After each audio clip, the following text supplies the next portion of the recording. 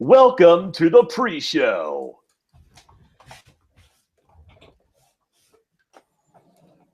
Got my work laptop on the chat room, so I don't have my lawnmower Mac running. That's right.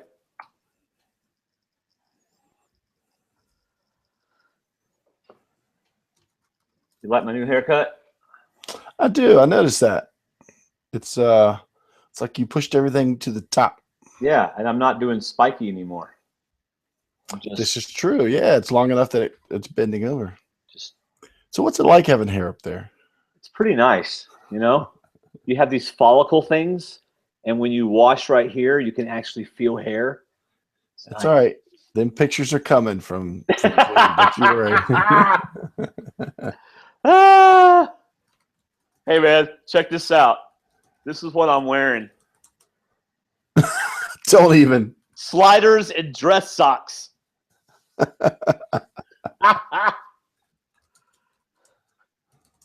Oh, where in the world are our friends?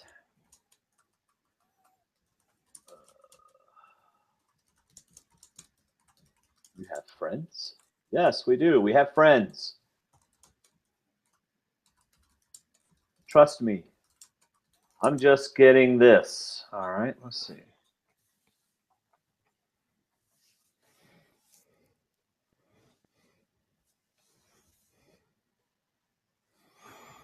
He might have to reboot or something.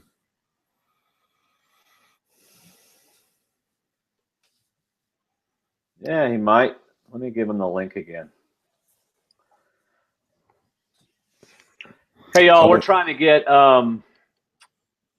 to get Steve and Andy on the show, because if they don't come on, I'm not prepared to do a recap. I haven't watched it twice.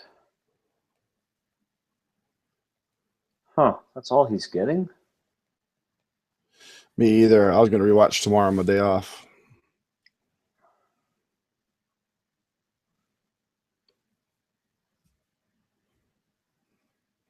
Hope Andy's over his migraine.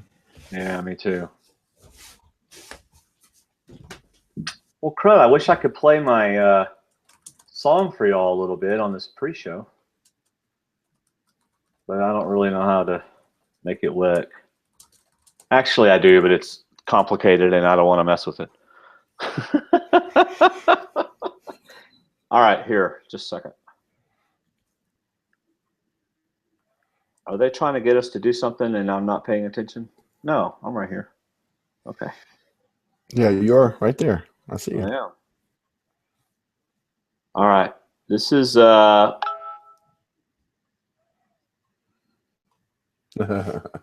what? The call is not ended. In fact, the call is live on the air. There are people watching us right now. All right, Steve is rebooting. Haven't heard from Andy. But an hour ago, he said he was coming on in the chat room. Oh, he just messaged us. I thought that was Steve. Oh, well, anyway. All right, so this is not 100% done, but this is like one of my songs. This is without me singing, of course. There's the baker. How's it going, guys? Good. How you feeling? I've been better, but I'm better than I was earlier, so it's all good. You look amazing. Now I know you're lying. I mean, seriously. You're the one who looks 20 pounds slimmer, my friend. I am 20 pounds slimmer, yes. Hey, are we all doing that for real? Because I'd like to. Do I need to submit my weight to you or something? Just percentages. Signs on, then. Percentages. Well, you have to have a starting weight to have percentages, David. That's right. Yeah, I know mine. I'm just going to share percentages. I don't know about that. I think now I'm at 100%. I think we should give Andy our weights, our beginning weights, and let him do all the calculations. Yeah, I'll run the numbers. Absolutely, keep us honest. All right, my beginning weight is 239.6. 239. That's where I was on Monday. All right. My goal is 195. You won't even recognize me at 195. Yeah, that is a good magic number. It's I will. safe below 200. I Hey, should Steve. show you what I would look like at 195.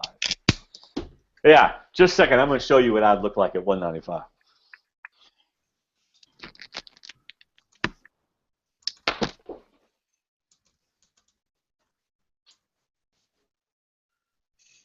Yeah, I'm rocking it.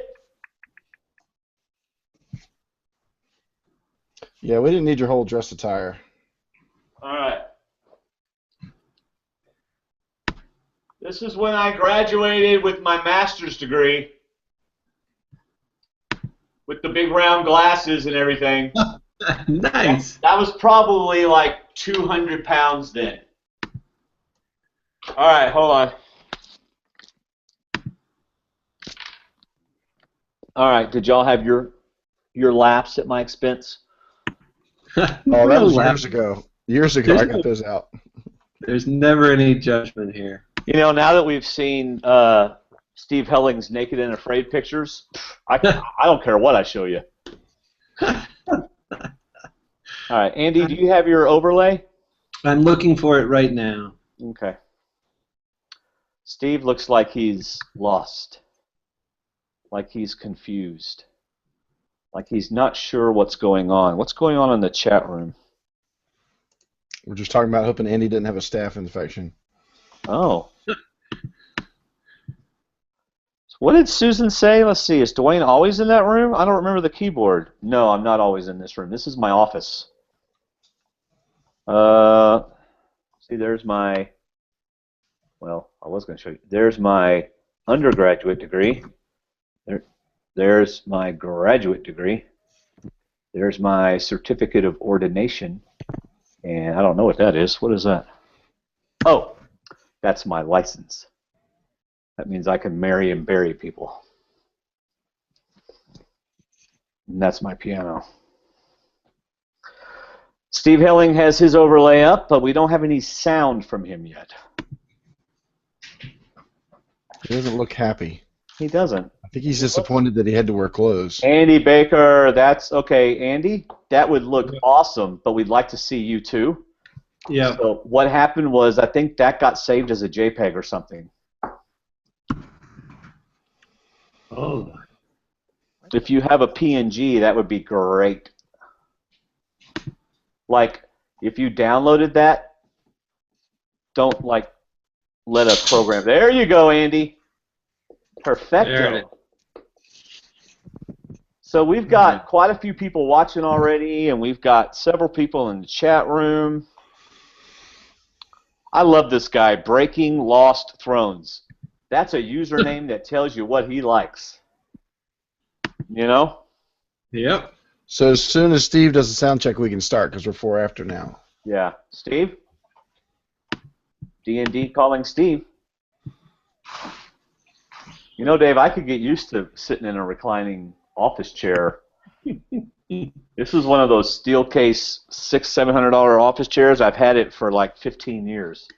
It's the most comfortable chair in the world.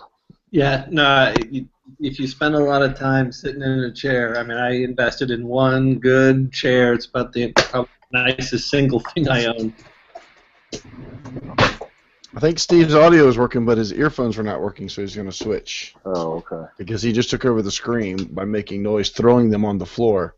So Yes. I'm presuming. We should ask Steve, when he was on Naked and Afraid, when he got mad, what did he throw? He wasn't wearing anything. I can hear you now, Steve. Say that again.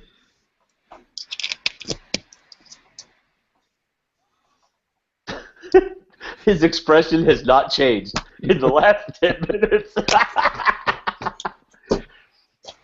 See, what our listeners don't realize is that this 4 right here, we are constantly chatting in a group message. So we're like, we talk to each other a lot. So this is like us 4 just getting together like we do all the time. So the other headphones, Steve, had a microphone probably built in. So now I guess you're going to use the microphone on your laptop or on your camera, whichever one's available. That's probably the difference. Susan Appleby at LOL. I enjoy the pre. Yeah, we didn't hear that curse, but we heard you before you had those headphones in. So as soon as you unplug those headphones, the big ones, it's like we could hear you then. So it's like that's it's hiding your microphone or something when you plug those in. Yeah, Steve, you should be able to use like iPhone headphones. I think he tried, but I don't think they worked for him. Well, if they have a microphone on them, they should. See, now we can hear you.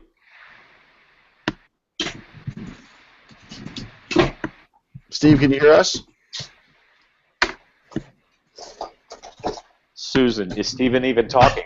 Not yet, Susan. Not yet. I think the talking he's been doing, we didn't want to hear. Yeah, I'm not sure I want to hear the things that he's saying right now.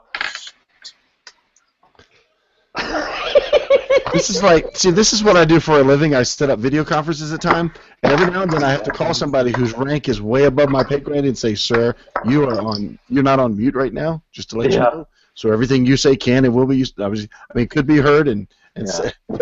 That's like in the movie, was it Apollo 13, where they were getting all upset and Space Station said, or not Space Station, whatever. Houston said, "Yeah, your Vox is on." Your Vox is on. Poor Steve. Yep, I'm in my office, everybody. Tomorrow, though, I'm driving to Nashville. I'm going to record the vocals for my 2 songs. And they'll be on iTunes for 99 cents each. Well, I don't know if I can afford that. I'm even going to make my parents. I ain't giving anybody the audio file. You got to go buy it for $1. If you can't afford $1. Can you guys hear me? Yes. Yes. I can hear you. Awesome. Okay. Wow. Did you have to go steal the headphones from your kids? No, I just have a whole bunch in my drawer, and okay, I can hear you. He burst into his daughter's room and grabs the headphones. Oh, man. I was listening to something. She's asleep. They're all asleep. So I don't recognize you with your clothes on. Yeah, what's up with take that? them off. No, it's real easy. No. They come right off. We really don't want the demographic that you've been getting emails from tuning in. Listen, viewers are viewers, right? Well, that's what I gotta say. That is true. Passionate devotees. So you guys can hear me, because you couldn't hear me before. I couldn't hear you, so. Actually, no, we're just guessing at what you're saying and responding accordingly. We saw the buttons on the shirt come open, and we said no, so we figured you'd know what we meant by that. It's okay, because I was cussing up a storm before, so at least you can hear that. Now, we could read your lips, yes. Yeah. It's been a long day. So. All right. Well, let's see. Here we are. Come on, get my logo up there. There we go. All right. I don't have my iPod connected, so no sound effects tonight. It's just starting the show. Oh, no fart sounds. That's too bad. All right. Here we go. Everybody ready? Yep. Mm-hmm. All right. Welcome to Survivor Talk with D&D. I'm Dwayne. And I'm David. We're just 2 best friends talking about the show we love, Survivor. Welcome to the show. As you can see, unless you're listening to your radio, then pay attention to the road. But as you can see, I am in my office. We're on the radio now? Well, I listen to podcasts on my radio through my iPhone. Oh, okay. I'm sorry. Go ahead. So this brand new internet service that I got installed on Tuesday that's like, super fast, it went out today. So I'm in my office. It's right past your house. It's not even... Yeah. It's like, what? I called them. I said, I've been with y'all for 2 days, and I'm already losing internet, and I have a show to do tonight. Anyway. Did you tell them, do you know who I am? I hope you said that. Yeah. I said, do you know who I am? I know Steve Helling. And said, why are you? And they said, who is Steve Helling and why should we care? They said, why are you cussing at me? Tonight we're talking about episode 8 of Survivor Rōng, as well as the entire season so far. Hopefully we'll get into some good conversation. I missed all of our conversation today on Messenger because I was out and did not have access to Messenger. So y'all have to catch me up on some of that. We have our special guest and definitely friends of the show. I don't think they actually listen to us, but they talk to us all the time. Andy Baker and Steve Helling. Hey, Andy, what are you wearing tonight? What am I wearing? Yeah, just, for everybody wants Wrong phone call, Dwayne. I mean, normally I would expect people to ask you that question in a more sultry voice, like, I'm what are sorry. you wearing? Well, I didn't mean it in that way, so I didn't want to say it in that way, but Yeah. so I'm clothed. he is clothed. A nice black sweater, green shirt, hair looks good. Getting ready for Durham Warrior Survival Challenge. Well, you got to get prepared for Dream Team weekend. That's right. For the production staff, I mean that's what it's all about. Yeah. See, I should come up for Dream Team week. You should. Since I can't come up for the other. There's already rumblings that we're going to turn it into a 2-day sleep in the woods Survivor event just for the production team. Yeah, but if you don't get to win, then why would you? Okay. All right. And Steve Helling, please tell us. He doesn't get it, Andy. He won't. All right. Whatever. Steve Helling, please tell us that you are indeed wearing clothes. I am wearing clothes. Right. The last time that I was seen, I was not, but I am today. That's right. Because where can our viewers and listeners see you on Naked and Afraid? Well, right now you can see me. Well, you can. Honestly, if you Google me, you'll find me. Well, but yeah. I mean, I did a shortened version of Naked and Afraid. There's a 9-minute video right now on people.com. There will be some more videos coming out in the next week or two. Awesome. Or next 2 weeks. And then it's being made into some promotional bumpers for the show as well. And I'm trying to figure it out in my schedule how I can go back and do the entire 21 days in a country to be determined, because the bug has bitten me. Well, a lot of bugs bit me, but yeah. the bug did, like the reality TV Let's Do Naked and Afraid bug has bitten, and I want to do the full thing. I want to do it for 3 weeks. That is crazy. Your survival ranking is going to be like a 2 at the beginning, right? Well, it will probably start in the 3s, but okay. Which don't even get me started, because he successfully got off the truck, so he gets the 3 automatically. Well, okay. Now that I've spent 2 days naked in Belize with a survival expert and being filmed, I feel like I can do anything. So okay. 2 days. That'd be awesome. It was actually more. Well, I won't get into it. But let me just tell you, if there are any survivors who are watching this right now, I've got to say I totally get the frustration of having to shoot and reshoot the same thing over and over and over again. It's frustrating, and it just oh, that just brings up so many questions that I'm not going to ask. So. All right, well, maybe, that would be awesome if you got on Naked and Afraid. Well, it's going to happen. And then if somehow we could get Jeff Probst and them to get you on Survivor, then you could compare the two for us. Who knows? Maybe one day. And then you could be on Big Brother and Amazing Race. No. Look, the one thing about doing Naked and Afraid is that nobody is trying to sabotage you. I mean, the nature is trying to sabotage you, but you're with a partner who's actually trying to help you. That's a lot easier for me. Okay. Okay, just honest question. How long does it take for you to just to stop looking and do eye contact? Okay, well, I was with another guy, so you basically are like, okay, level playing field, we're good. That's the idea. Like you wouldn't. Everybody would. I know. That's my point. You make sure, you make sure that nobody is more impressive than anybody else, and then you figure out how to build a shelter. Yeah, I ain't going on that show. All right, here we go. Thanks for downloading our show, watching it on YouTube, or however you get it in here. We are so grateful. If you're watching live, don't just watch live on YouTube. Get on our Watch Live page, stwdd.com/live. Join the chat room. We've got several people in there right now, and they talk to each other while they watch the show. It's a lot of fun, and every once in a while I get to sneak a look, and David and I participate in that. So I do want to say a special thank you to Brandon and Yasmin, our two newest patrons. As patrons, they get to watch and or listen to our Kelly and Friends patron cast with Kelly Wentworth, Dale Wentworth, Jeff Varner, Joe Anglem, and Sierra Thomas. It's available for all of our patrons. Thank you, Brandon and Yasmin, for becoming patrons. Hang around at the end of the show. I'll tell you how you can support the show through Amazon and Patreon. But now I want to get to episode 8. And hello, there's a reason why I didn't invite any girls on this podcast tonight, because they just vote us out. Wow. Y'all aren't going to bite on that at all? You're just going to leave me hanging? Yeah. I mean, come on. Oh, gosh.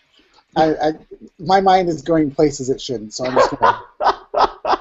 Well, okay, how often do we say, if the girls would just align, they could take over the game? And finally, 5 girls figure it out and do it. And if they stay strong, they'll be the final 5, if they can stay strong. Here's my question about that. How come we're always talking about the women getting together? Gee, if only the women would get together. We never say if all the men would get together, or if all the people over 30 get together. We never say that. But somehow with women, we want them to form a women's alliance, and I don't understand it. I didn't say I wanted them to. Well, we always say, if only they did. Why don't we say if only the people with black hair, or if only the people who aren't annoying, or whatever? I mean... I think the way it's been shown through the years that the women are portrayed as the damsels or the weaker, when in fact there have been some extremely smart women, some extremely physically aggressive women that play this game, and they're selling. I think sometimes the edit sells them short.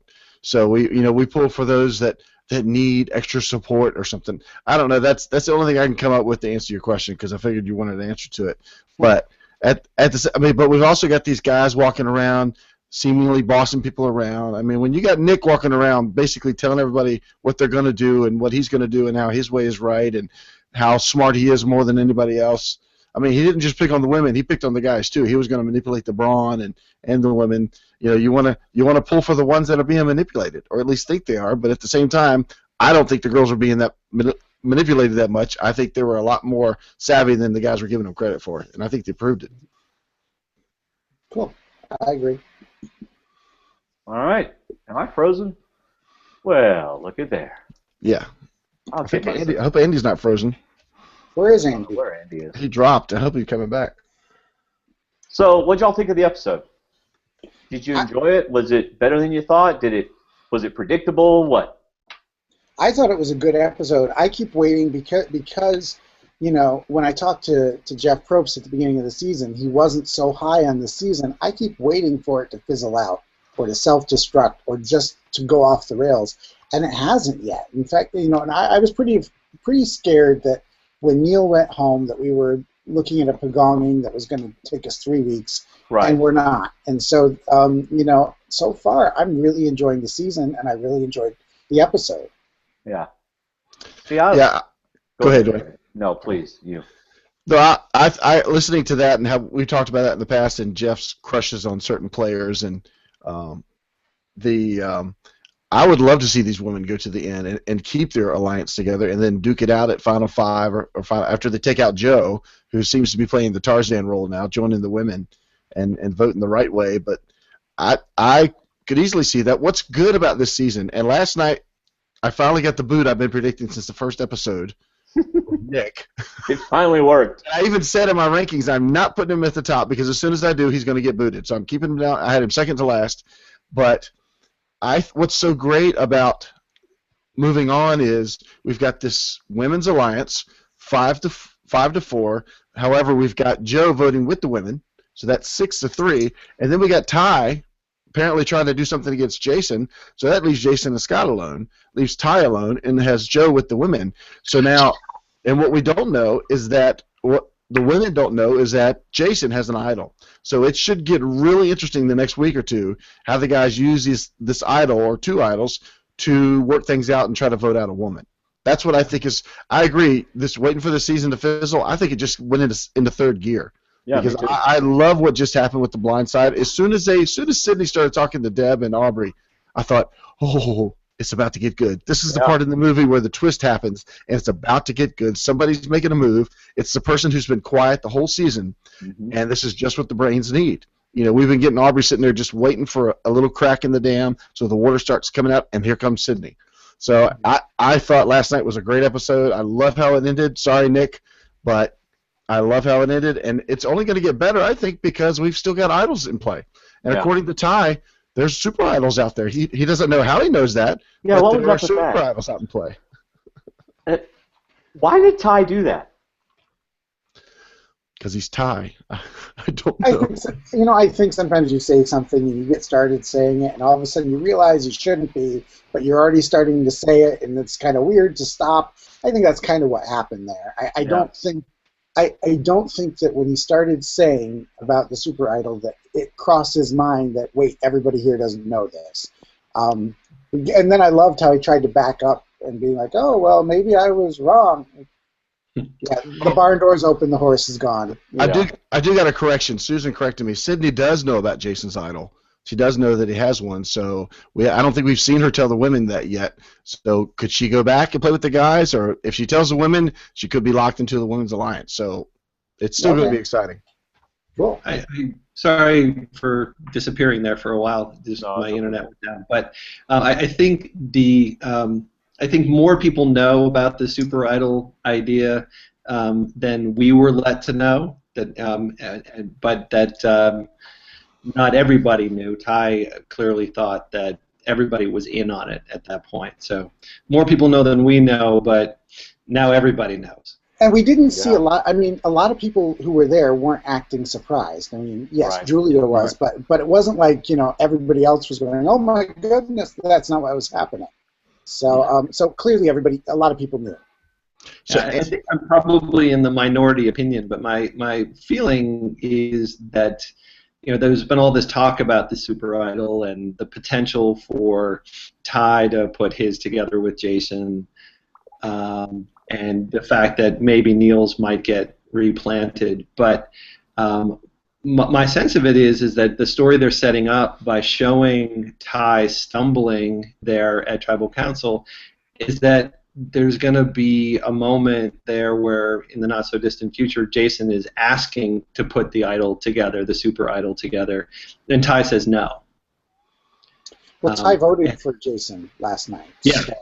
And that vote was there's obviously rampant speculation, but as I understand it, we saw it in the episode. There was a brief moment where people were talking that Jason should be the target, but there's worry about the idol, and so they decided to switch the vote back to Nick. And part of it was also apparently Debbie and Aubrey were saying, you can't change who Joe votes for. He'll forget who to vote for. And so they just stuck with the original plan of voting for Nick. But Ty wasn't a part of the whole, no, we're going to stick with Nick. The last thing he had heard was vote for Jason. So he was working with the girls, apparently. And so I think there'll be a moment of, we want to put the super idol together, and I think Ty's going to abandon the guys. Yeah. See, I think Jason and Scott are in a lot of trouble. And, are we talking about the preview for next week at all? Well, we can. We're not really following any. We're just kind of letting the conversation go. Okay. I just didn't know what was potentially off limits. Actually, but, I mean, what we haven't gotten yet is your thoughts on this season so far, because you weren't back yet for that. So what are your thoughts so far on this season? It's funny. Like I as you know, I'm sort of playing the role of casual this season, where I'm not trying to go crazy with listening to podcasts and reading columns and all of that. And I wish I hadn't heard any sort of preseason disappointment from Probst. Like we saw columns. You hear him with his previews, and he showers praise on some seasons and not on others. And he didn't praise this season. I'm enjoying it, frankly, it's one of the things, like, it feels old school to me in that you have a lot of interesting people who don't necessarily have to be the prettiest people in the world. Even the people who are beauties seem like somewhat normal people. And while we're not seeing the level of strategic gameplay as second chances, I'm finding it interesting. There are people to root for. There are people to root against. And I worry and wonder if we're going to end up heading for a dramatically somewhat unsatisfying conclusion. But as it is now, the dynamic's been fun. Like in our conversations, on Facebook, every episode, we're like, "Where's the lameness that everyone was talking about?" This now, is keep fun. in mind, though, that Probst has a history. He undersold Cagayan to the point where I thought it was just going to be a disaster. And I've noticed that he does this after a season that he believes is really good. He thought that Second Chances was fantastic. So now he's thinking that we're not going to like, this one as much. Same thing, Cagayan came after Blood versus Water, which Jeff loved. And so Jeff, the most I could get out of Jeff for Cagayan was, I think viewers are kind of going to like this season. That was the best praise I could get from him. And if you recall, during Cagayan, I kept thinking, okay, it's going to fall apart. And they actually had me scared when during the first 5 episodes or so, big characters just kept going home. But the bench was really deep on Cagayan, and it was a good season. I think we're having this. I don't think the bench is as deep in this one. But I think that we're seeing some interesting stuff going on, and it's nice to feel like even the beauty girls that are there to play the game, and that's really nice to see. Yeah. There's no one there just hanging around. Yeah. They're all really making an effort, which I love. Yeah. And that's my general sense, and I'm going to make just a gross overgeneralization here, that when you have normal people as opposed to people who are like trying to use Survivor as some sort of launch pad to a modeling career or whatever, right. You get normal people, like they look at this as a great shot at doing something interesting, and they're there to play the game. Mm-hmm. And that's what I like to see, is that everybody is looking at where they are positioned in the game and trying to do something to change it. That's why the preview for next week is interesting, in that you have a preview of Jason and Scott, pulling a Russell Hantz and like hiding machetes and hiding axes. Yeah. And is that being petty, or is there some strategy behind it? I'm really interested to see that. In that, if you're out on the outside and there's only 9 people left, you can turn yourself into somebody people want to drag deeper into the game because you're unlikable, right? And someone like Jason is going to have to work really hard at that, in that if Scott's going to be unlikable and a millionaire, you drag him over dragging somebody like Jason. But I'll be curious, because it seems like everybody is looking at, like, if I'm on top, this is what I'm going to do. If I'm on the bottom, I need to move some pieces around. And people are willing to do that, and that makes the post-merge game fun.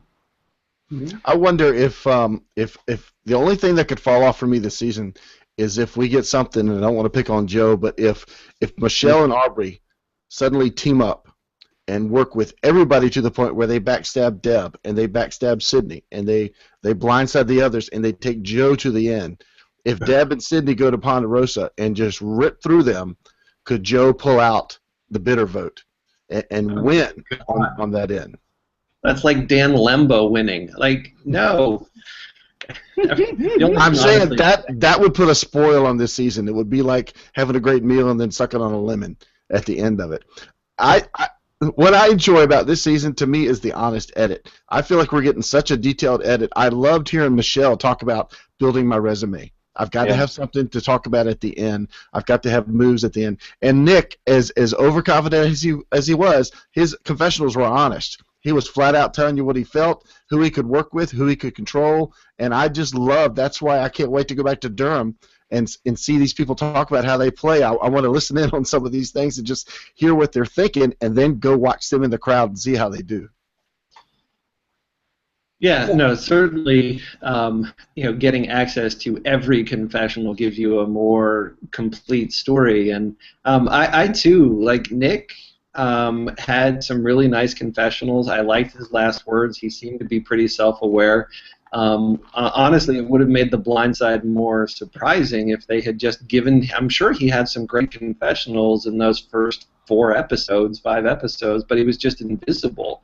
Yeah. Because he wasn't going to tribal, and I understand why, but he's an interesting guy. I mean, he got overconfident, and that'll happen when you don't go to tribal for 3 weeks.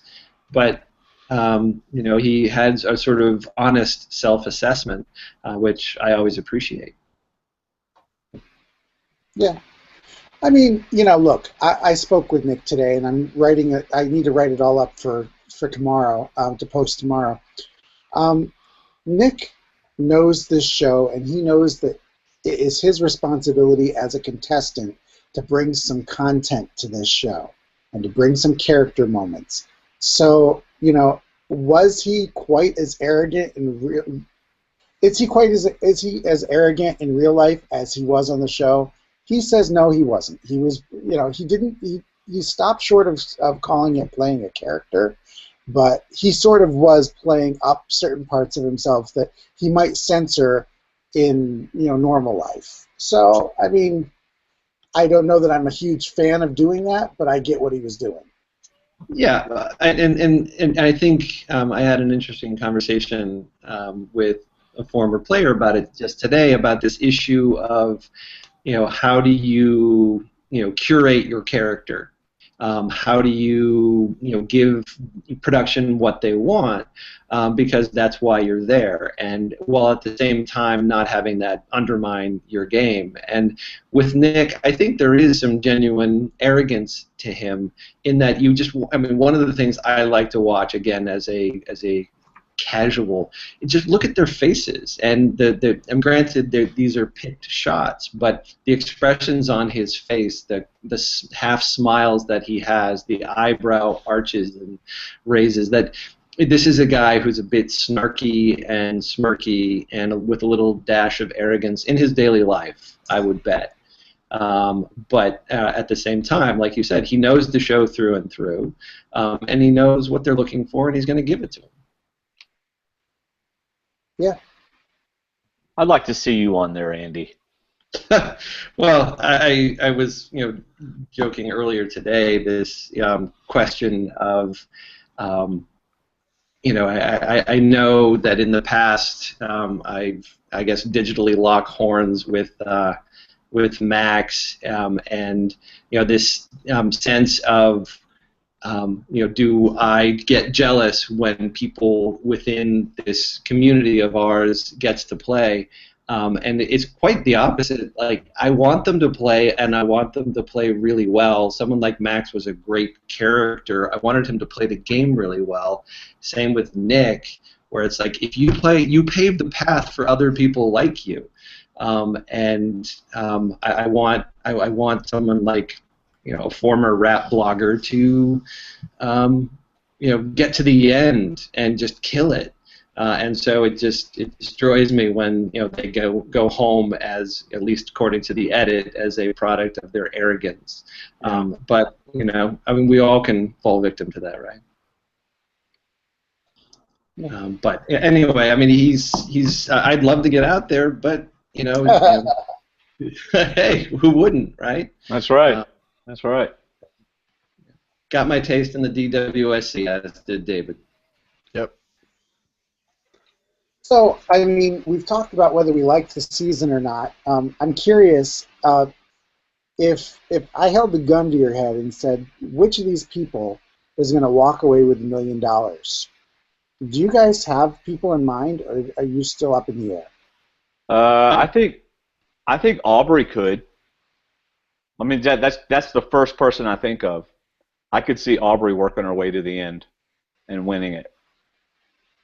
I see Aubrey as a I don't know, sort of that the journey character who gets cut off at Final Four, where people realize what a danger she might be. Yeah. I don't know if she has all of the respect of all of the jury, but they might see her as a danger.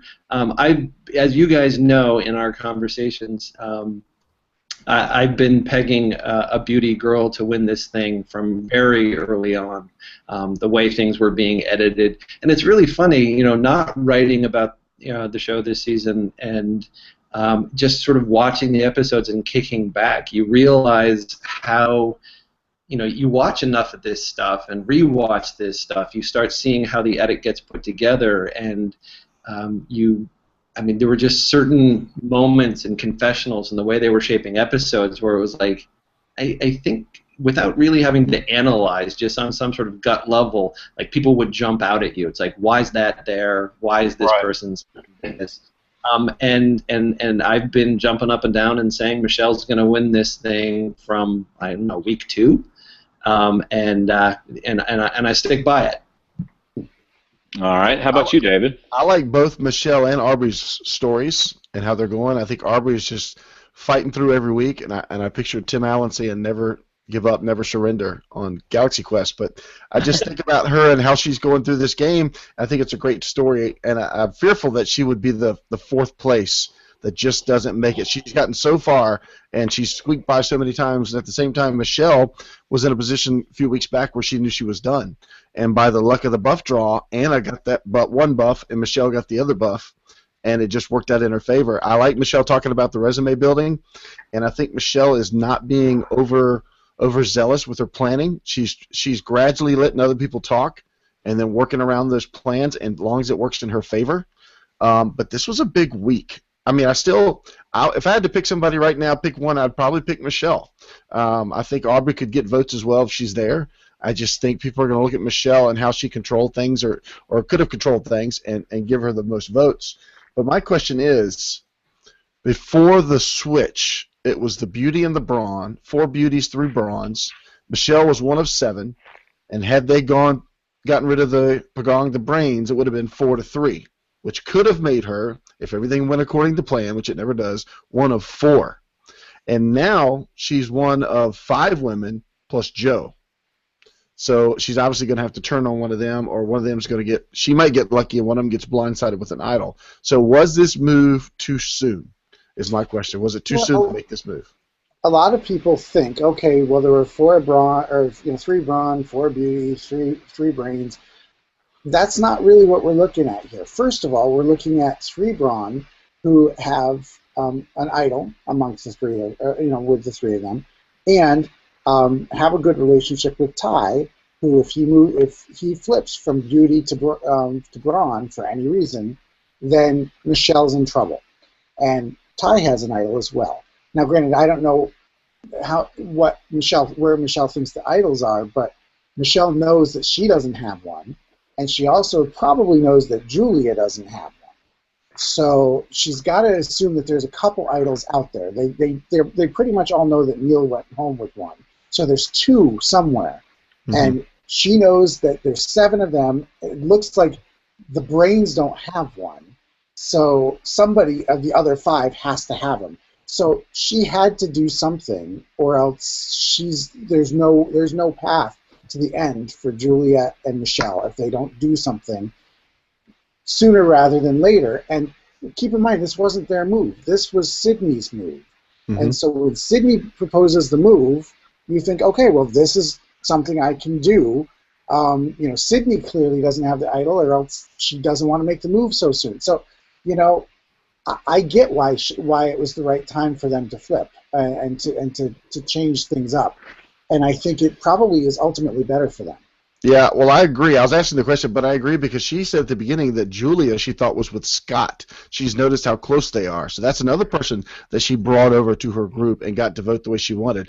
And thinking about the game and how things go, in Durham it was 4 days and it was a sprint, whereas in Survivor it's a marathon over 39 days. And nothing would freak me out more than seeing my one true, who in Durham was Heather, seeing her talk to a bunch of other people throughout the day and not me. I trust her. I want to trust her. She's got my back. But for Michelle to see Nick constantly sitting with Jason and Scott, even though he says he's playing them, he's controlling them, but to see him sitting with them constantly, then going off and having private chats with Julia, it just, to me, that just builds up nervousness or stress. And I thought it was almost an easy decision when it came to her from Sydney, and Deb and Aubrey were on board and everybody was ready to jump. It just didn't seem that hard of a decision. But I agree this was definitely the right move, because if they'd taken out Aubrey, that's one less girl, and you've still got guys with possibly idols. So she's definitely lessened the number of men, and now they've really got to start thinking about when to play their idols. Yeah, well, and I think, intentional or completely intentional or not, Michelle is creating all kinds of layers of insulation, because, as you point out, Steve, this is Sydney's move. Jason and Scott are going to be angry at Sydney. Yeah. Not necessarily at Michelle. Meanwhile, you've got Scott, who's probably going to be more annoyed with Julia than Michelle, because, as we were told in the episode, or at some point in the last 2 episodes, Julia and Scott are a little bit close, more so than Michelle. Meanwhile, you've also got the girls working together. Aubrey is seen as a threat. There's just so many threats around. Michelle is really in this middle spot where no one is necessarily going to blame her or target her. And I think it's a great move for her to start moving the pieces around now, because, as Dwayne was pointing out, you've got people who are going to start thinking about playing their idols now and getting them out. That helps get them out of the game and takes that variable out. Honestly, I can't see anyone who is better positioned after the move than Michelle, and it was handed to her. Well, it's true that, Sydney's going to have to deal with some things, and so is Julia. But you also have to keep in mind that we don't know how they're going to handle those things. Mm-hmm. If Sydney has the presence of mind to say to Scott and to Jason, right before Tribal, Nick came to us and said, I wanted, the beauties to, we're going to take them out. She can come up with something just to make, Nick can't speak from beyond the grave at this point.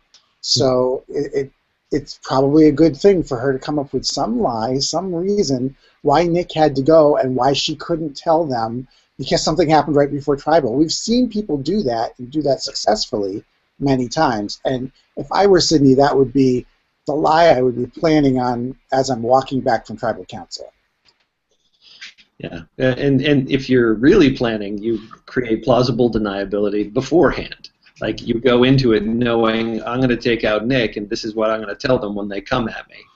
Right. So put the bullseye somewhere else. And Sydney has come across as pretty sharp. What's interesting here is this being Sydney's move, or at least her getting credit for it, for us as viewers. That already, I guess, there's some talk. Someone mentioned at some point a secret scene where people were talking about Sydney as somebody who could get jury votes.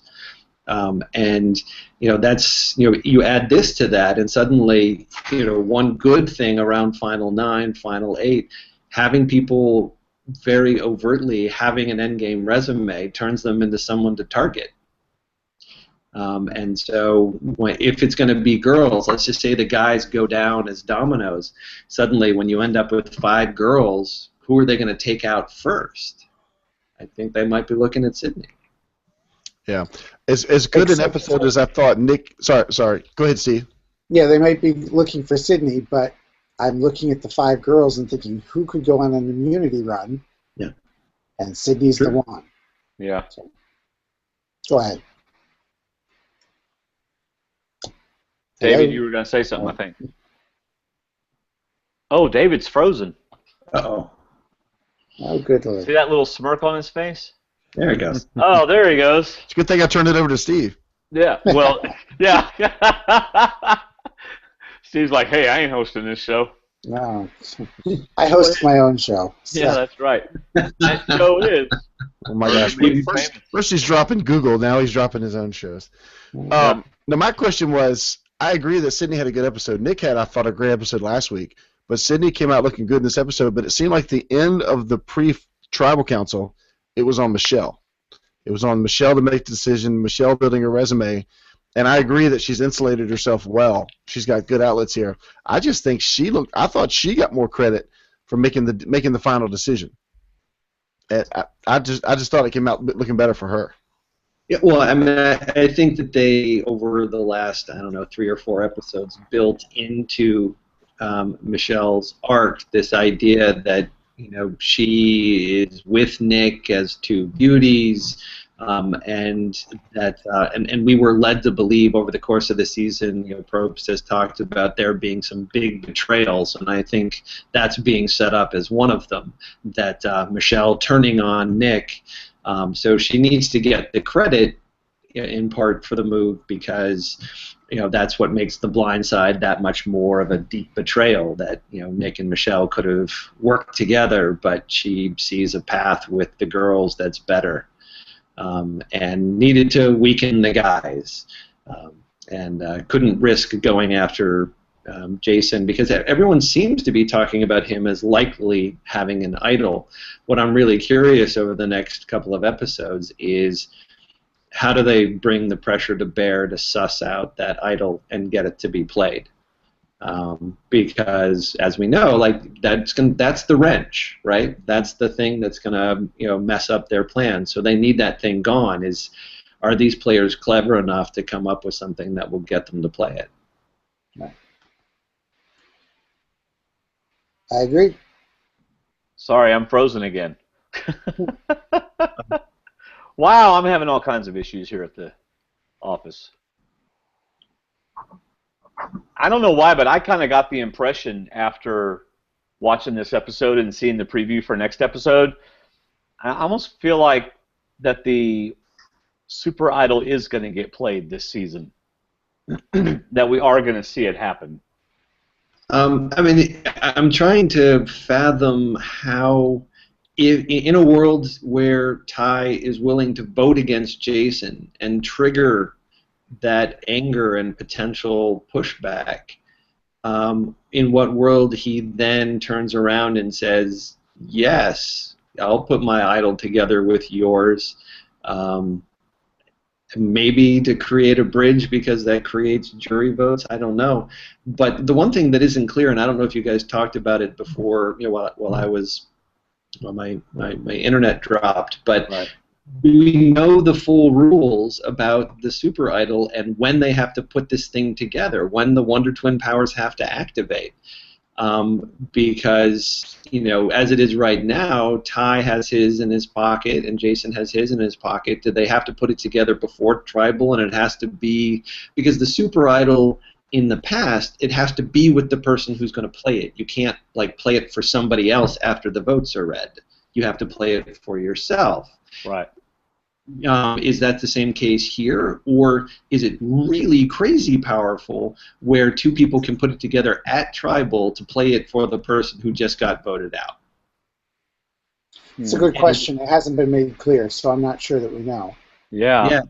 And that affects it, where you can, you know, that's the scenario in which I can see it being played. Where you have Ty and Jason both don't like the person voted out and choose to put it together at Tribal. But, I mean, again, that is ridiculously powerful. It's incredibly powerful. Yeah. That's a step beyond your normal Super Idol. I would assume that they have to put it together beforehand and show production that that's what they've done and show production who has it heading into Tribal. But, I don't know, crazier things have happened. Yeah. Yeah, it all depends on how powerful it ends up being, you know, and we might not end up finding out, because I remember during Cook Islands, we never quite understood the rules of Yule's idol. You know, could he play it on Becky after she was voted out? You know, we didn't know, Right. and I think that's the same issue here. We may not know if the situation doesn't present itself on TV, we may never find out. Right. Right. Hey, Andy, we have a question for you in the chat room. Okay. Specifically for you from our friend Tina, whom we never know where she is. She's always somewhere. Although I think right now she's in Somalia. She's in Malaysia. Malaysia, that's right. Does Andy, do you think Jason and Scott are bullies?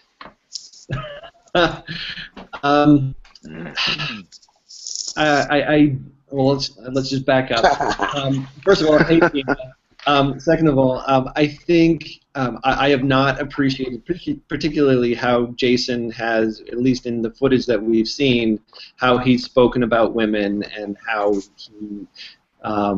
he might treat them. I mean, bully is a strong word in the sense that, I'm a teacher, I've worked with students, and we're sort of very careful with that word. I mean, I think there's arrogance, I think there's power that gets to players' heads, and they start to, abuse that power in lots of different ways. I haven't enjoyed how they've sort of talked about people and treated people. Yeah. Is that bullying? Depends on how you define bullying. But I'm not a fan, although I've liked Scott more than I thought I would. And I know that they're portraying, Jason as, this aggressive guy who, might have a heart of gold. And, the whole story about his daughter and the autism, that reached me, that got me. And I feel for the guy. And so I'm going into this with no judgment. Obviously, we get a very heavily edited thing, and frankly, I'm sure he loves his edit because it virtually guarantees that he's going to be able to come back and play again. But I don't enjoy the power and abuse and arrogance and the bullying type behavior. And given what the one shot we got in the teaser for next week, I mean, that's the petulant attitude of a bully who's been knocked down a peg. Yeah. Like, I'm just going to take this stuff and I'm going to take my toys and go home. Like, right. This is, again, it's what I deal with in middle school. He's acting like a middle school bully who's gotten called out. Right. I don't know if you saw or heard our episode whenever Colton reacted to the quote-unquote bullying. Yep. Where he actually said, wow, this goes, I completely realized what I did and how wrong it was. Yeah. It was very eye-opening for him. And I say this having really enjoyed getting to know Colton a little bit through your show, really, as a person outside of the game, because I still struggle, with many things with One World, but one of which was just how awful he and Alicia were, particularly in some of the nighttime shots when they were mocking Christina Cha. Right. It was pretty ugly, and I'm sure that's something that it still troubles him. And I mean, no one was showering themselves with grace in those early Braun episodes this season, but how they were treating Alicia, or that's her name, right? The blonde. Yeah. Or Blondie, as he would call her. Right.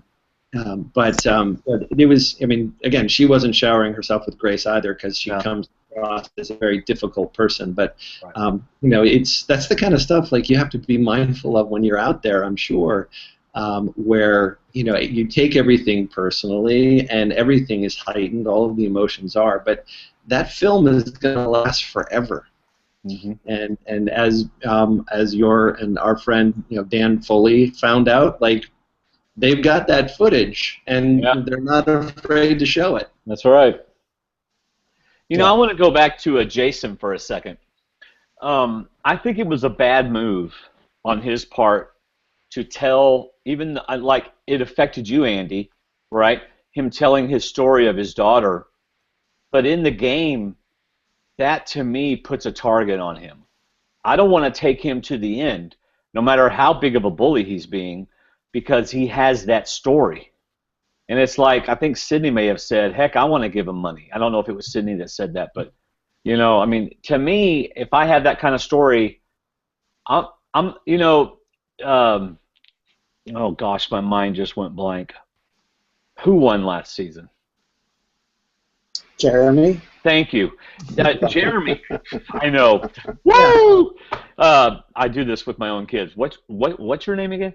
But Jeremy saved his heart story to the end, right? And it played well for him.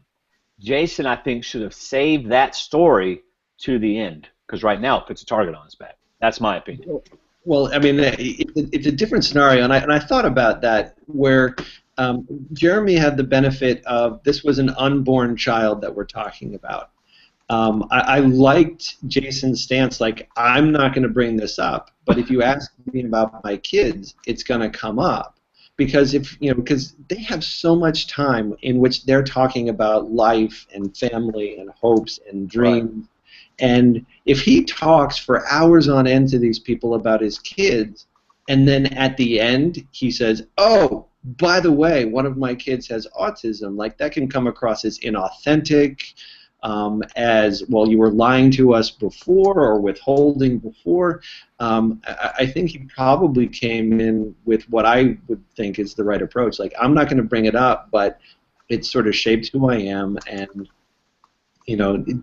I'll answer honestly when people ask me a question. That said, I agree with you. It's like, it's not strategic, but sometimes being honest and earnest is its own, passive strategy. Right. Like, people can tell when you're lying to them or you're withholding something. Right.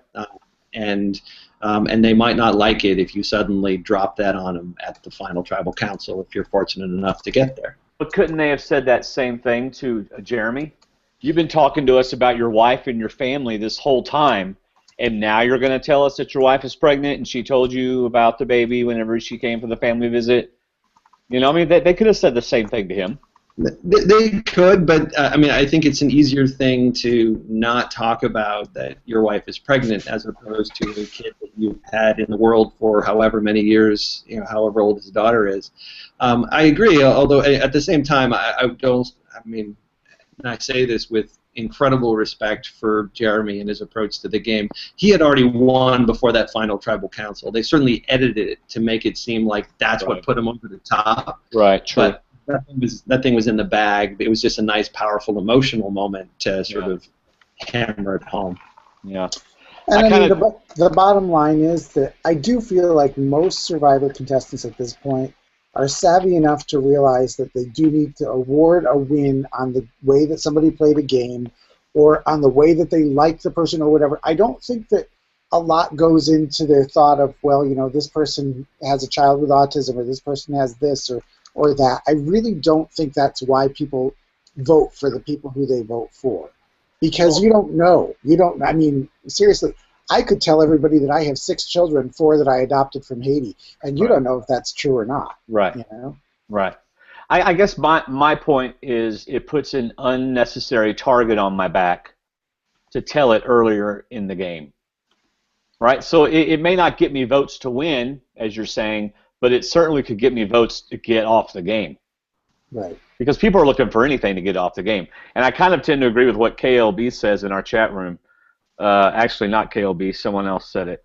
Yeah, KLB. Jason's story is not enough to reverse what people think of him based on his behavior during the game. So really, what he's going to be doing this next episode and the way he's treated Alicia and other things like that, those are already reasons to not vote for him to win. But at the same time, Alicia, Jen, and Darnell are gone. Not even on the jury. Sydney and Scott are still there. So who has he been a bully to that's still in the game? Yeah, there are little details in there, nothing huge, but little details which make it clear that he doesn't have the general support of all the people who are out there. Right. I don't think there's active enmity, but I think that there's a sense that I think Debbie at one point pointed out that he sleeps a lot and he doesn't work hard, right. And yes. He's got to go at some point, and so he's already being talked about as a target, and that's we've talked about this before, but camp kindness goes such a long way in keeping people around, and he's in a position of power. They're fearful that he might have an idol, but I think between Final 9 and Final 4. His name's going to keep coming up, just for lots of reasons, not the least of which is I just don't like the guy. Yeah. Yeah. So I know Steve and Andy, both of you are needing to get off the show earlier than we normally go. So I want to make sure that we get everything that y'all want to talk about. So is there anything that we've not brought up yet that y'all wanted to make sure we talked about, like Ty's vote, for example, or something like that? I do think it's interesting. I've spoken to, well, of course, I've spoken to everybody who's been voted off at this point. But everybody who's been on a tribe with Julia says that she's been telling them that she's 22 years old. The only people who knew were the other beauty women, and now Nick says that he knew, but then his story didn't quite track with me. I wasn't sure which was which. But I do think it's really interesting. If you look back through Julia's tweets from 2, 3, 4 years ago when she was 14 years old, she was saying, "I want to play Survivor so bad." Mm-hmm. So I can see why Jeff wouldn't hype her up as a winner. And I'm not saying that she is a winner, but I'm saying that it would be very interesting to have the youngest winner in Survivor history being an 18-year-old girl who was, for all intents and purposes, a super fan of the show. Mm-hmm. That would be fantastic. So I don't know that she has what it takes, and I usually say, if you're going to put an 18-year-old out there, you might as well put a 6-year-old. But she really does have it going on, and I think it would be interesting to see. Could we see somebody as young as her pull off a win? But would She's getting the edit for it. She really is. Well, but over the last 2 weeks, she didn't. She kind of disappeared right before the merge and the merge episode. It's almost like, see, I thought the same thing. I liked her when she first came out. I liked how quiet she was playing. She was on the tribe that kept winning. And I was thinking any of the beauty women, like Andy, I just felt like those 3 super fan girls were really going to play smart. And I think Michelle has. I think Anna got an unlucky draw with the buff. But it's like the only thing that's given me pause on Julia is her edit, which seemed to have kind of fallen off the last couple of days. But why didn't we I wish we'd have seen more from her saying why she's voting against Scott and voting with Michelle and the girls. I would have liked to have heard more from her on that. Maybe there's a secret scene. I don't know. But that's why I was leaning more towards Michelle, because of her conversations and her confessionals. Yeah. Oh, I do think that they have, because if it isn't Michelle, it's Julia for me. She's in my second spot, and they've gone out of their way to give her a confessional here and there where she comes across as smart. And the thing that I keep coming back to is that I think they really protected her in the edit of when she was by herself back at camp, where you can show someone being, okay, you're a naive 18-year-old, unable to start a fire, completely inept and have no reason to be out there. You can have that edit, but they didn't. They showed her being dehydrated, mm-hmm. and they showed her, suffering a little bit, but, that can be the beginning of the arc of I'm figuring things out. They avoided showing her, because I'm sure she did try to start a fire. I'm sure she did try to put herself in a good spot, and it didn't go well. And not showing that says to me they're going to at least want us to have her in our heads as part of the conversation. I wouldn't be surprised if she's in the final 3 with Michelle.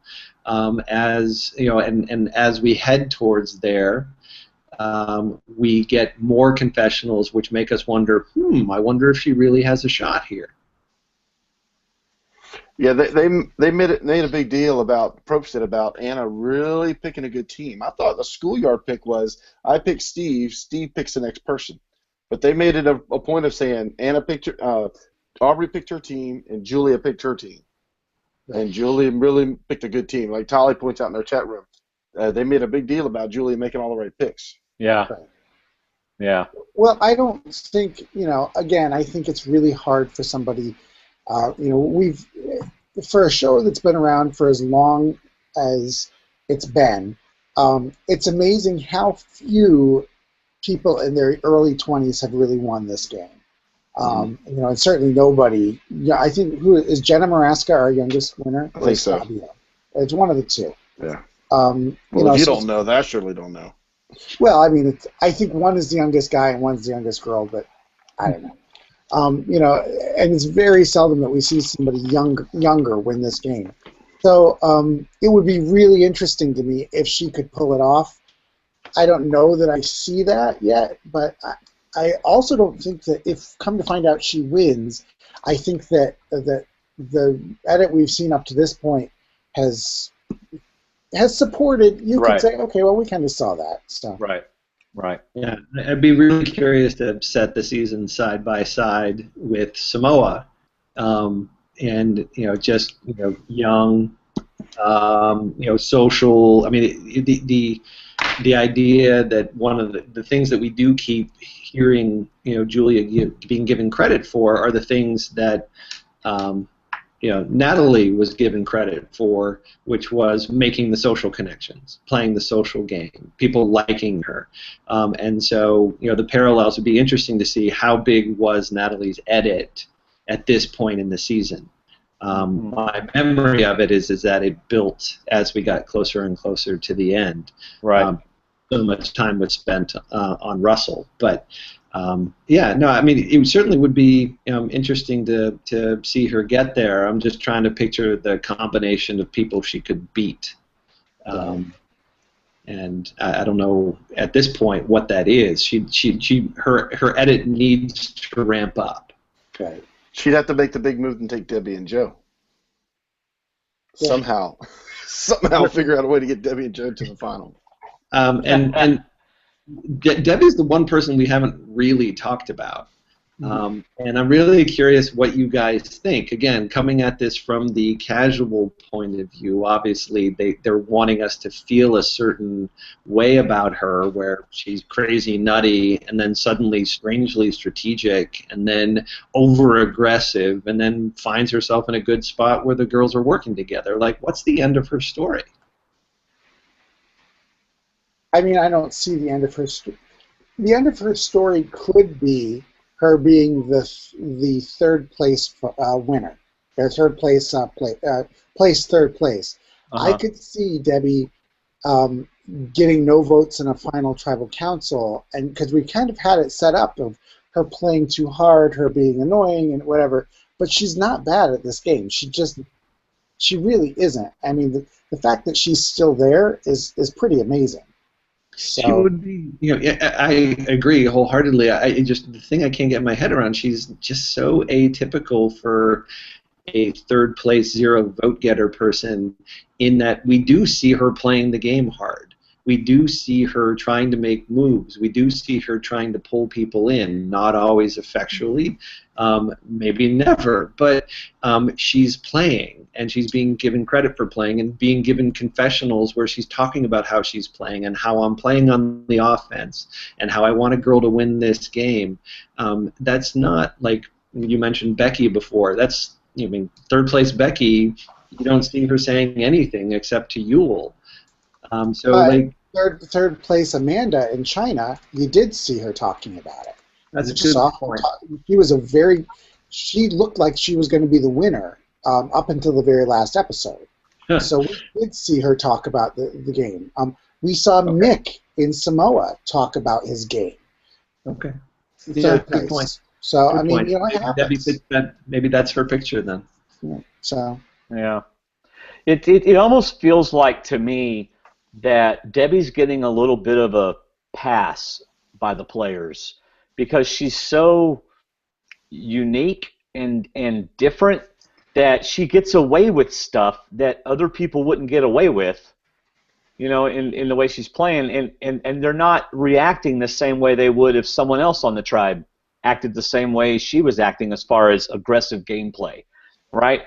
So like I kind of see it as they put her aggressive gameplay and they put it in the same camp as her 50 different jobs and her, and juggling. And I can analyze water with my superpower eyes, and so they kind of put her aggressive gameplay in that same area, and so they don't react to it the same way. They kind of dismiss it, kind of like they do the other. That's kind of the feel that I get when I almost like Keith trying to strategize. And say, oh, it's just Keith. Kind of like if Keith had tried to do that, but Keith didn't. But if he had, Well, I think Debbie's a much better player than Keith. Well, and I got to say, it's kind of interesting that Debbie is everybody's perceived a certain way out there, and people like Lisa Welchel and people like Dawn Meehan, were in their 40s. I don't know how old Debbie is. She's in her 40s or early 50s.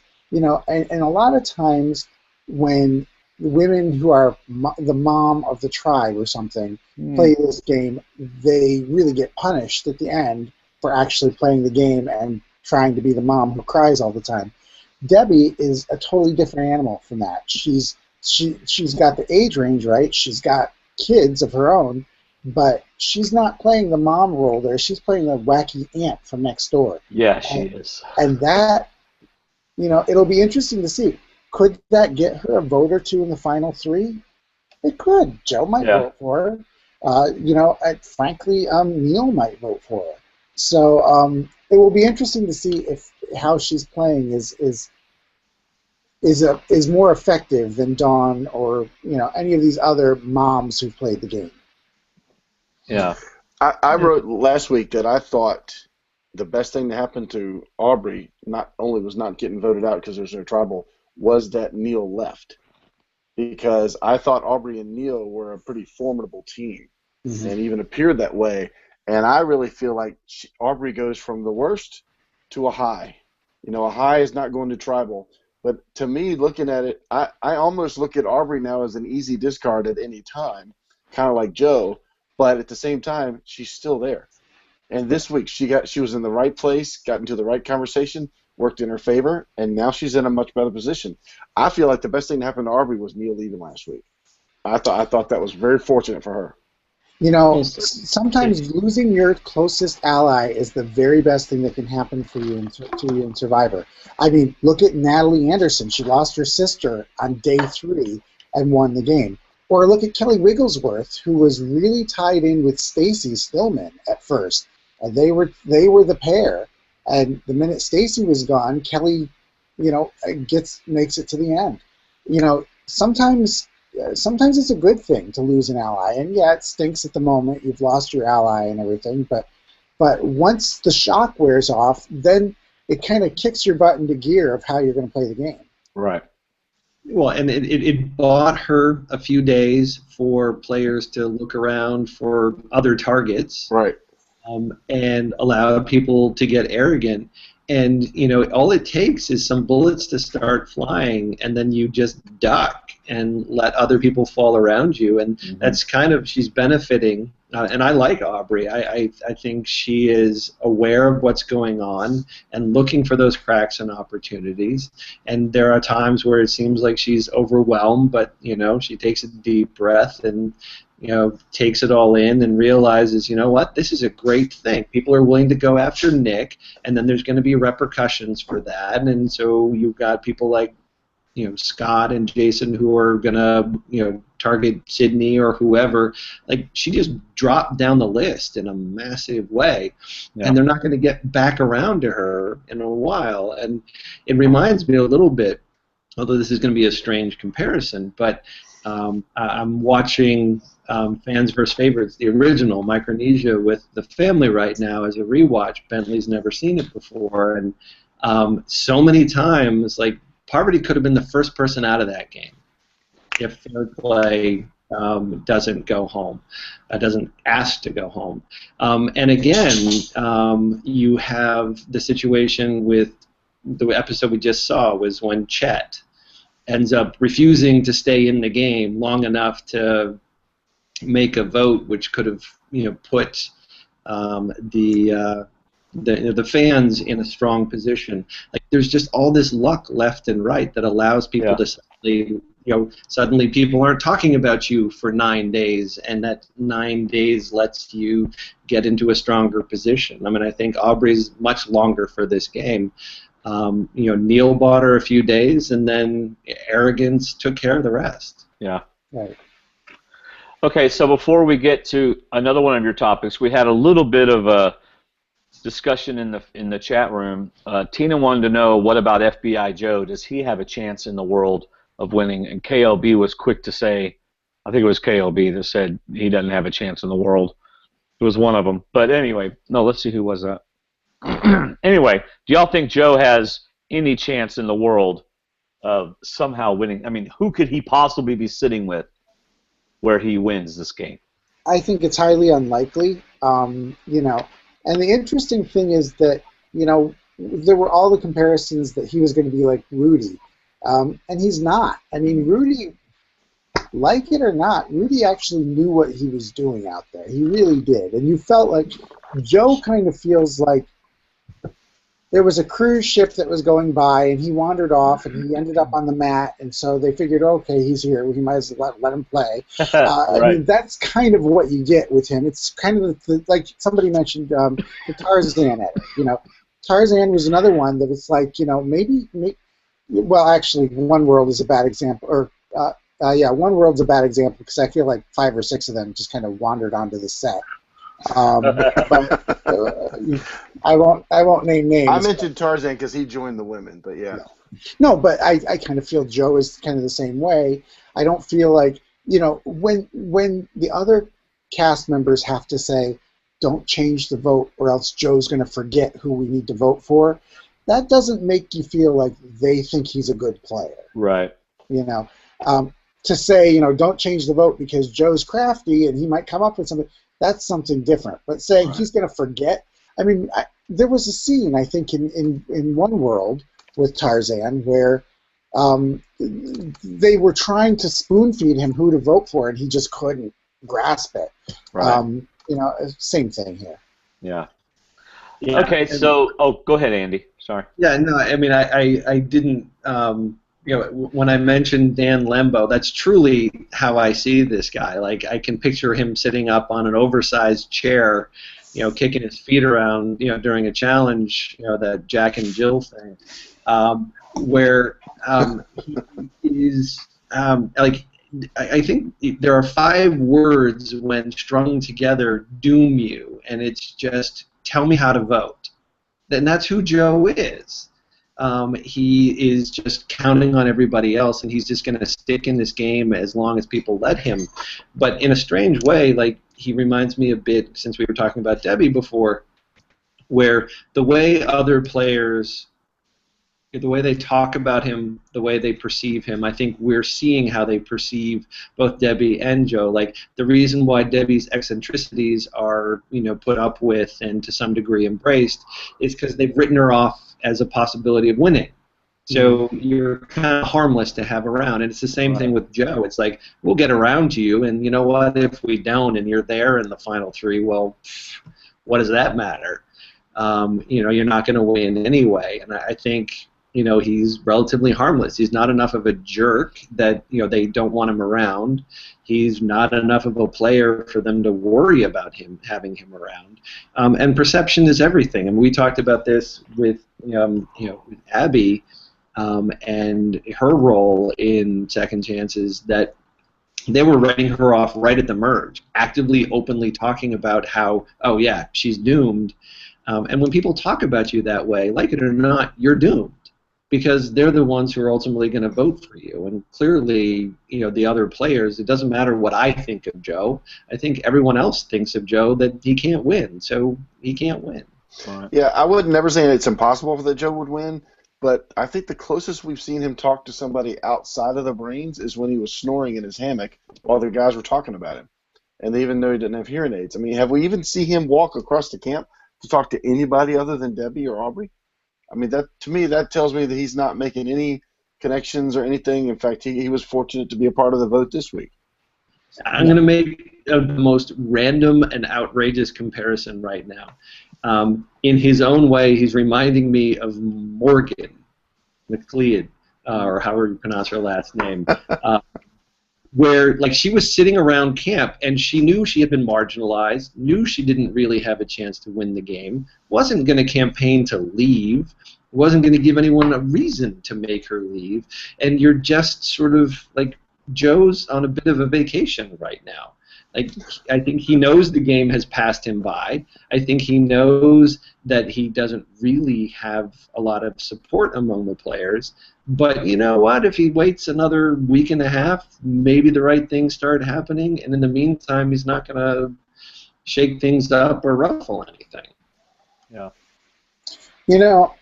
I have yet, though, to see, I used to believe that, somebody could play the game however they played the game, and if they just had a good argument in the finals, they would have a chance. And I don't believe that anymore. I think that you could become, the best public speaker in the world, and everybody's pretty much decided it before final tribal council what they're going to do and who they're going to vote for. I think, but I do think that you may have a chance of making people feel good about voting for you. And that's, I think that you have, I don't believe the people who say, I've come in here and I don't have any clue who I'm going to vote for.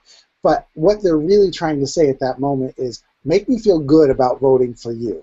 And then I won't have to hold my nose as I write your name down. I don't know that Joe, unfortunately, has what it takes even to do that in the final tribal council.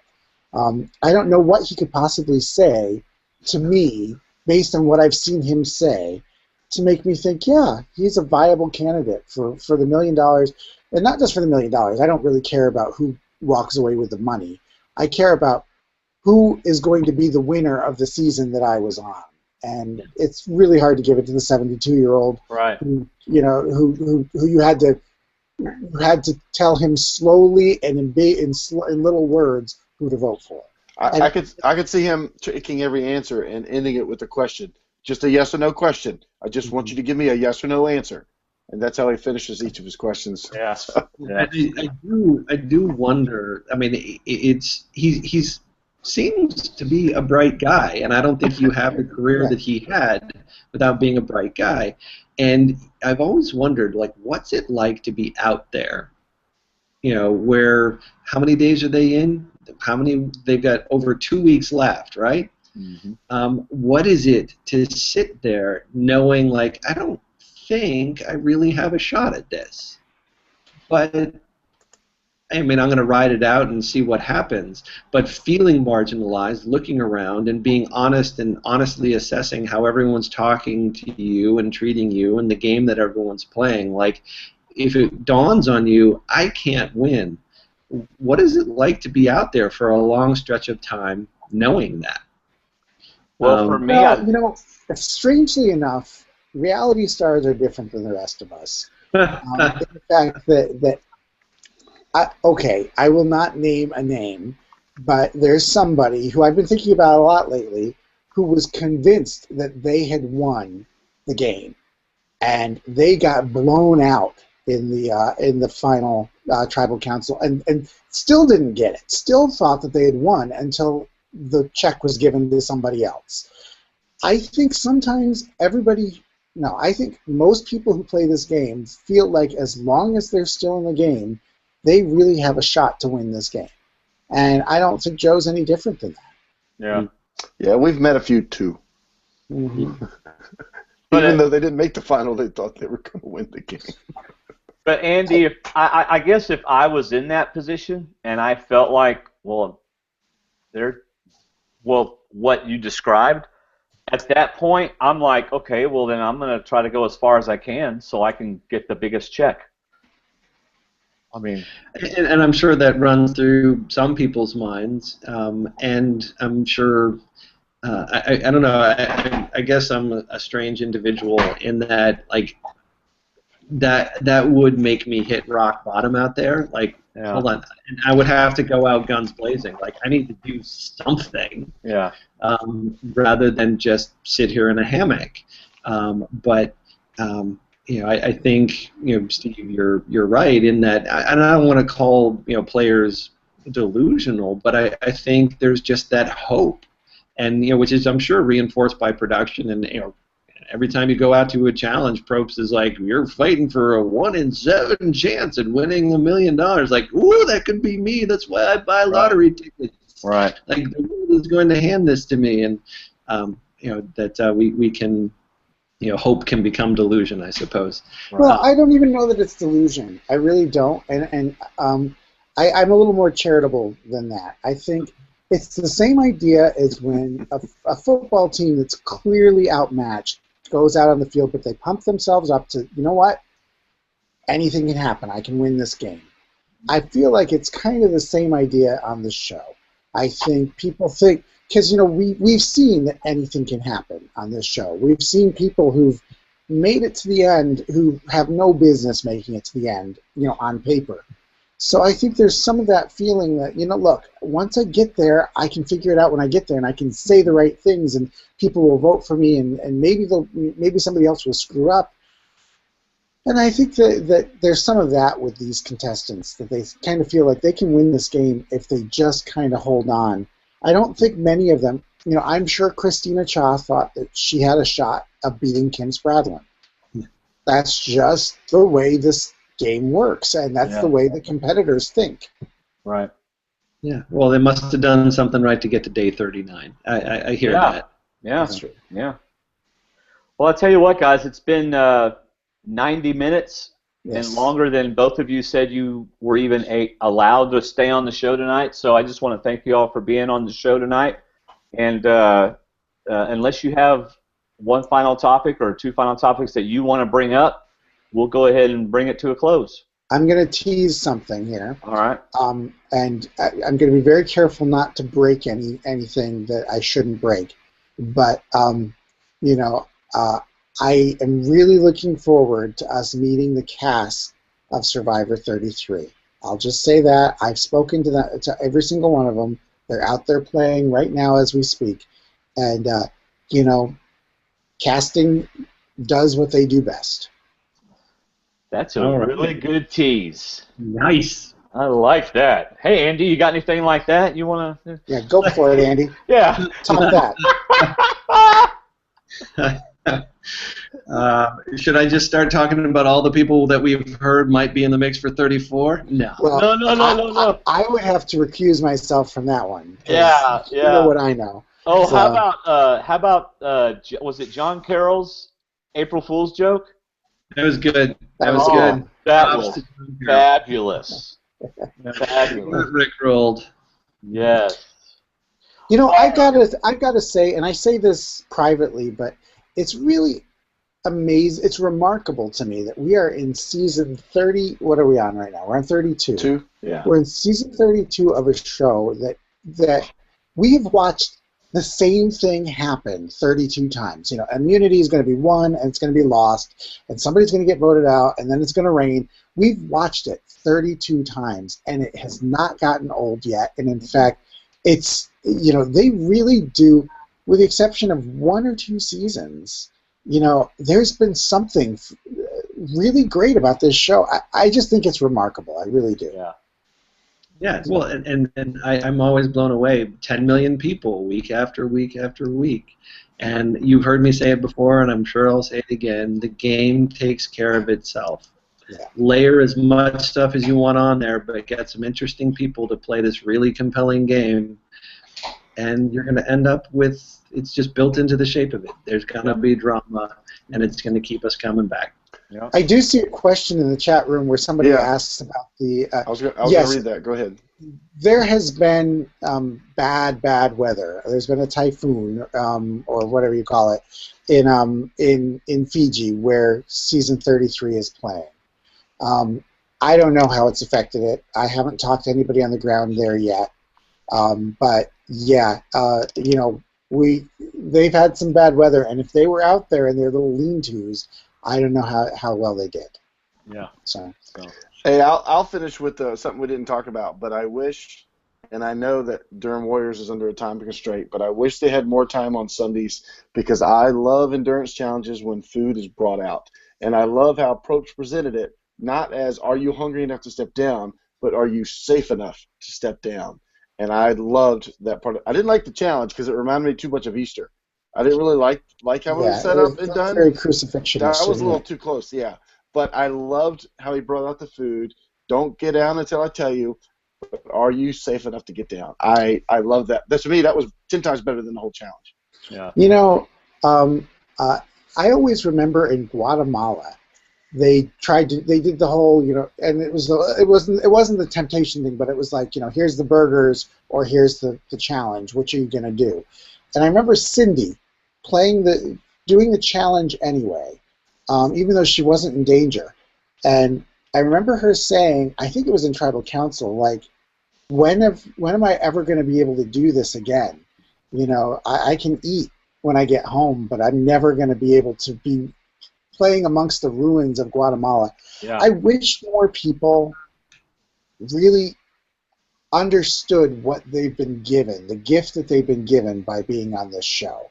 I really don't feel like a lot of people get it. I feel if they got it, they would change the way that they act on the show. So, you know, look, I'm going to tempt you to come down, and 4 people come down, and then they sit there and they burp. In a way, it's just, and I would probably do the same thing because I do anything for food. But in a way, I just am like, come on. When are you going to be able, like Ty? When are you going to be able to push yourself like this? You're not. But at the same time, it's 3 weeks. I have no idea what they're going through. If I look at that challenge, if the post doesn't fall over while I'm on it, I know it's probably not. I'm not going to stay up there very long. And I understand what they did. I'll be honest. This is couch potato talking, but I would have stayed in the challenge as long as possible because I would be scared to death I would go on. The reason why it annoys me is I'm self-aware enough to know that the minute that he brought out, what was it? Hot dogs? I'd be like, yeah, everything. I'm out. So, that's why I still admire, and this is an odd comparison, but Ian Terry when he won his season of Big Brother, because he went into that game saying, I'm going to do everything. I'm going to sign on for every embarrassing possible punishment. I don't care. I want to get through this experience doing everything that this show throws at anybody. And I'm with you, Steve, in that, like, yeah, I probably want to drop for food, but at the same time, it's like, this is once in a lifetime. Obviously, some people, it's more than once in a lifetime, but it's like, test yourself, do it, right. And see what you're made of. And again, I'm saying this as the guy who would take one look at it and say, yeah, I'm not going to win this. So I might as well have a burger.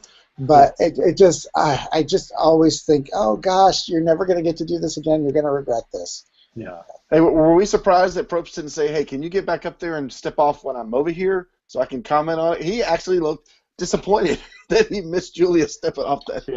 Well, a lesser reality show, I'll just say a lesser one, would make you redo it again and again and again. While you're naked. Yeah, while you're naked. That's right. Yeah. So. All right, well, my computer's about to run out of power here. So exactly. Well, all of you listening got to get a glimpse into our daily Facebook messaging. So hope you enjoyed it. Thanks for having me on, guys. Always a pleasure. Thanks for having me, Andy. Good to have you, talk Andy. To you guys later. Talk to you later, and see you later, Steve. Take care. All right, everybody. We're going to have our feedback show on Sunday night instead of tonight. We're going to do our Pondering Ponderosa. We're going to do our feedback. We're going to do everything we normally do. We're going to do on Sunday night. So get your feedback in before Sunday night at 8 p.m. for our listener feedback show, Sunday, April 10th, which will run into my 47th birthday on April 11th. No, we'll be done before then. We're not going 2 hours. Well, we probably will, but right. We do have a new iTunes review, and I don't have my iPad, so I can't play the cool thing, but CKB gave us 5 stars, entitled the review, "One of my favorite podcasts." And he or she writes, "David and Dwayne provide in-depth, fun, and interesting analysis. You can tell that they have a passion for Survivor. They have great guests, as we just demonstrated, and an excellent listener community, as we also demonstrate on a daily basis in our Facebook group. When the podcast episode becomes available, it goes on the top of my listening queue. So thank you very much. Leave us an iTunes review, and we will read it on the air. They encourage us, but also they help our show stay where it needs to stay in the iTunes listings so people can find us. So thank you for doing that. Again, I'm looking forward to Pondering Ponderosa on Sunday night. Have you watched the Neil one? I did watch Neil's. I haven't watched Nick's, but I've watched Neil's. Yeah, I'm gonna watch it. I'm gonna watch it again. It wasn't a whole lot. See, I didn't figure out the timeline because I thought he was in the hospital for like 2 nights. Yeah, well. And all of a sudden he's coming back to tribal council, which it can't be more than 2 nights later. I kind of have a feeling some of what they showed was after Nick was already there. They just didn't. I think the same thing, because we didn't. They could have very well hidden him and said, "Look, we're going to have to shoot this like you're not here." I completely agree. Had the same thought. Now, as far as yours and Colton's power rankings, I think you gained 2 points on him. So now you're what, 17 points behind? No, now I'm 22 instead of 24. Oh, really? I think it was in the 20s. Oh, okay. All At right. least the last time I checked. Yeah, it's pretty bad. Yeah. By the way, I don't know if you noticed, but I have worn. See my hair. Well, let's see. How can we not see it? No, stop. See my hair in my picture. I have worn my hair spiked like that for about 15 years. I have today changed my hairstyle. I am from now on doing this, whatever this is called. I don't know what it's called, but no more spiking. Well, when my dad had it, it's called the comb over, but he was trying to hide the baldness. I'm not combing over anything. This is combing up. It's going up, and the longer it gets, the cooler it will look. And the thinner my face gets, the cooler it will look. There you go. So anyway, yep. So if you're playing the D&D Survivor Challenge, we'll go over those points on Sunday night. However, the website will more than likely be updated long before that, so you can go look at that. So. Tina has some words of advice. Says, Dwayne, you are too old to change your hairstyle. I am not. Thanks a lot, Tina. My goodness. You know, I was going to suggest maybe we do lunch when you come through Alabama, but I don't know. If I'm too old, then Susan says go for the man bun. No, see how short this is? There ain't no man bun. Yeah, we'll leave that to Joe. Yeah. So, David, tomorrow morning, before I get to the Amazon and Patreon stuff, tomorrow morning I am getting up, going to go eat lunch with my brother in Nashville, and then I'm going to go to a recording studio and record the vocals for 2 of the 3 songs that I've just recently written. And do you have your butter rum ready? What do I need butter rum for? That's what your dad said. That was the best candy to have, was the Lifesavers butter rum. Well, then I'm going to buy some. Yeah. I mean, he's the one that told me that. I'm pretty sure. I will buy some butter rum, whatever you just said, Lifesavers. But anyway, yeah, I'm pretty excited about it. And within, I guess, 2-3 weeks, those 2 songs will be available on iTunes and Spotify and Amazon and Google Play and all that kind of stuff for $1 each. And I can say I knew you win. No. My goal is to just it's easier for me to share a song with other churches and things like that, and with other people who want to hear it if it's on iTunes than it is to go to YouTube and look up this. You know, it's a lot, and it's not professionally done, and this is professionally done. So I'm pretty excited about it. So anyway, there you go. If you like our show, take an extra click and shop Amazon. David and I both use Amazon for a lot of our shopping, and not because we're affiliates, because we don't get any money for our own shopping.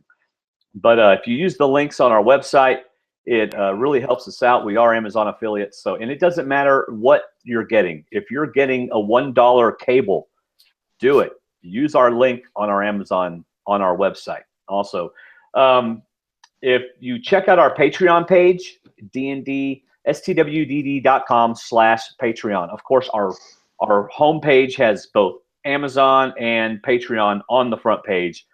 Big deal. For as little as $1 a month, you can support us on Patreon, become a D&D patron. If you give at least $2 a month, then every week you get to see a D&D extra. Basically, Sunday night or Monday night, David and I get on Skype and we have about a 10 or 15-minute conversation about the upcoming episode. So we'll probably do it Monday night this week because we'll have just recorded on Sunday night. But anyway, $2 patrons get that. And David, we're up to 43 patrons, which is awesome. That's really great. Actually, I might suggest we do it Sunday night after we do the podcast. Well, we just might do that then. Yeah. Join our Facebook group if you're not already, and follow me on Twitter @Survivor_talk. So thanks for tuning in, subscribing on iTunes, and all that good stuff. You got anything else to say, David? This was a great episode. Look forward to hearing and reading your feedback on Sunday night. That's right. Make it a lot of them because we got lots of time Sunday night. All right. Talk to everybody later. See ya. See ya.